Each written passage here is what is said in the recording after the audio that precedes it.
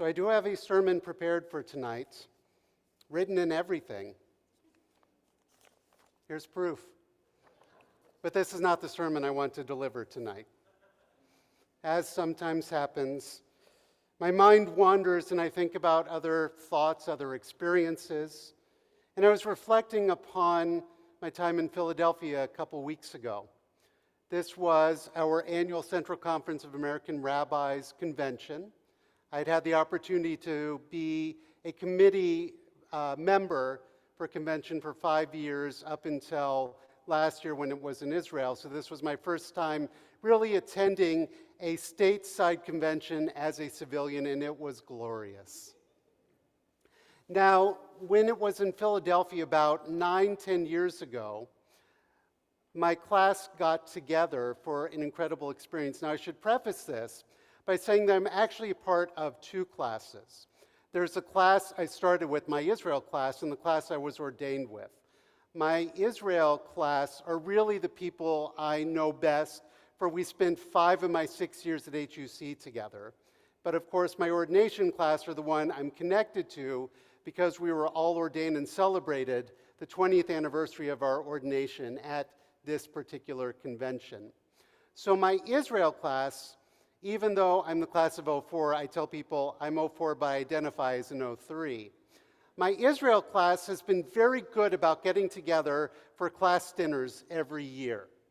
Now, at the last Philadelphia convention, we had our class dinner at Zahav. If any of you have ever been to Philly, Zahav is one of the most incredible Israeli dining experiences. They have a months-long waiting list, but fortunately we have, as they say, protexia, because one of my classmates, Rabbi Alan Cook, his brother is a co-owner of the restaurant. So needless to say, about 10 years ago we went, and there was food out, and I enjoyed. There was hummus, there was pita, there were vegetables. Sorry if I'm making you guys hungry. I won't give this sermon on Yom Kippur. And I helped myself to everything, and it was a meal that was to die for. What I didn't realize is that was the first course. Then came the second course. Then came the third course. Then came the fourth course, each one better than the next. By the time the main course came, I was rolling out of the restaurant. So this year, of course, we had to have our class dinner once again at Zahav. I was prepared. I knew that if I filled up on the hummus and pita, I would be too full to enjoy everything else. So I paced myself. I took my time. I still rolled out of there, but I was able to enjoy every single course and everyone I was able to dine with, including our very own Rabbi Berzin, who invited to join us as well. And I think she would also, not to put words in her mouth or food in her mouth, but she also had an incredible time that evening as well. And I was thinking about that experience because this week we're reading from Parshat Tzav. Tzav is a continuation of Vayikra, last week's Torah portion, which dives into the book of Leviticus, and it's all about the exciting topic of sacrifices. You know, where the Kohanim, the priests, were to take the animals, slaughter them, and offer them up for a variety of reasons before God, offerings of gratitude, offerings of well-being, offerings of peace, and as the Torah describes it, sin offerings as well. And this portion is a continuation of that. So unless you are really into barbecue, it can be a little tough to navigate. But there is a piece that comes out of it where it talks about how the priests were obligated to maintain an eternal fire, a ner tamid, an everlasting fire. Now, nowadays, we of course have our ner tamid, and it's simple. It's connected to electricity. It's just always going, unless you have a power outage. But that's a whole other story. So it's always going. But back then, if you think about the ner tamid, it was always olive oil. And you always had a tendency, you would always have to harvest the olives, press the olives, use the oil, make sure the oil stay lit, and it was a continual process. So to keep the fire going was not just a theoretical concept, it was an obligation. It required work. To keep the fire going required dedication of those who were leading the community who were committed to keeping this fire lit. And this fire was also emblematic of what God represented to the Israelites. And so the Israelites could show up for the sacrifices and see the fire going, but didn't necessarily always understand or maybe even fully appreciate everything that was involved to make sure that it was always there. And so I was reflecting upon this because at my convention, we were following a new model that we created in San Diego, which was to spend a lot more time not talking at people or having presenters talk at us, but instead having more programs where we talk to each other. We had these connection groups where you met several times with the same cohort of people to have intimate and powerful conversations. And we got groups of people together, including Israeli colleagues, to talk about what's going on in the Middle East, in Israel, in Palestine, in Gaza. Now, I should preface this, as I am doing a lot this evening, that I also have a professional Facebook page. And given that we're all rabbis, we all behave above board, we're always conscientious and kind, and never say a cruel thing to each other on social media. And if you believe that, I've got some land in Florida to sell you. So unfortunately, like all social media, bad behavior does oftentimes come out. And this was actually a central focus of our president's sermon to all of us, to remind us about limiting the words of vitriol and hate, and instead working harder to engage in face-to-face dialogue.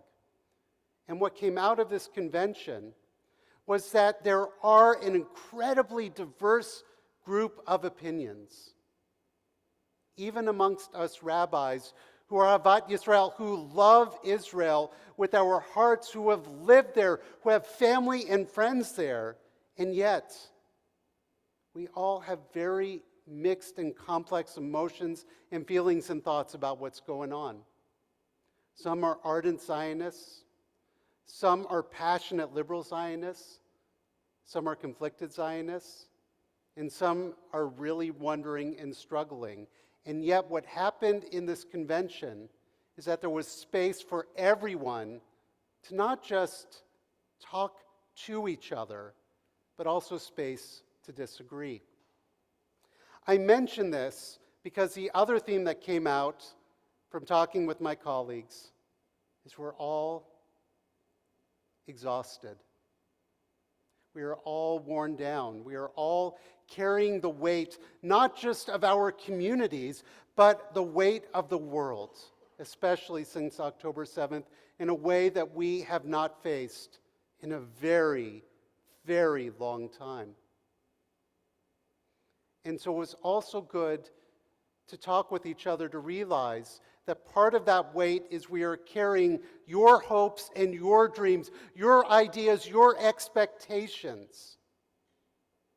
And we don't always live up to it. We don't always say the words or do the right actions that embody how you are feeling about the complexities of the world. Truth is, we can't. We aren't Atlas. We can't individually hold up the weight of the world. But what we can do, and what we studied and embodied there, and what we've been trying to do here ever since October 7th, is to be present for you. To be here, to be willing to engage in conversation and in dialogue. To recognize your humanity and hope you recognize our humanity. And to also understand that we live in an incredibly diverse community, and we are part of a larger, broader, diverse community.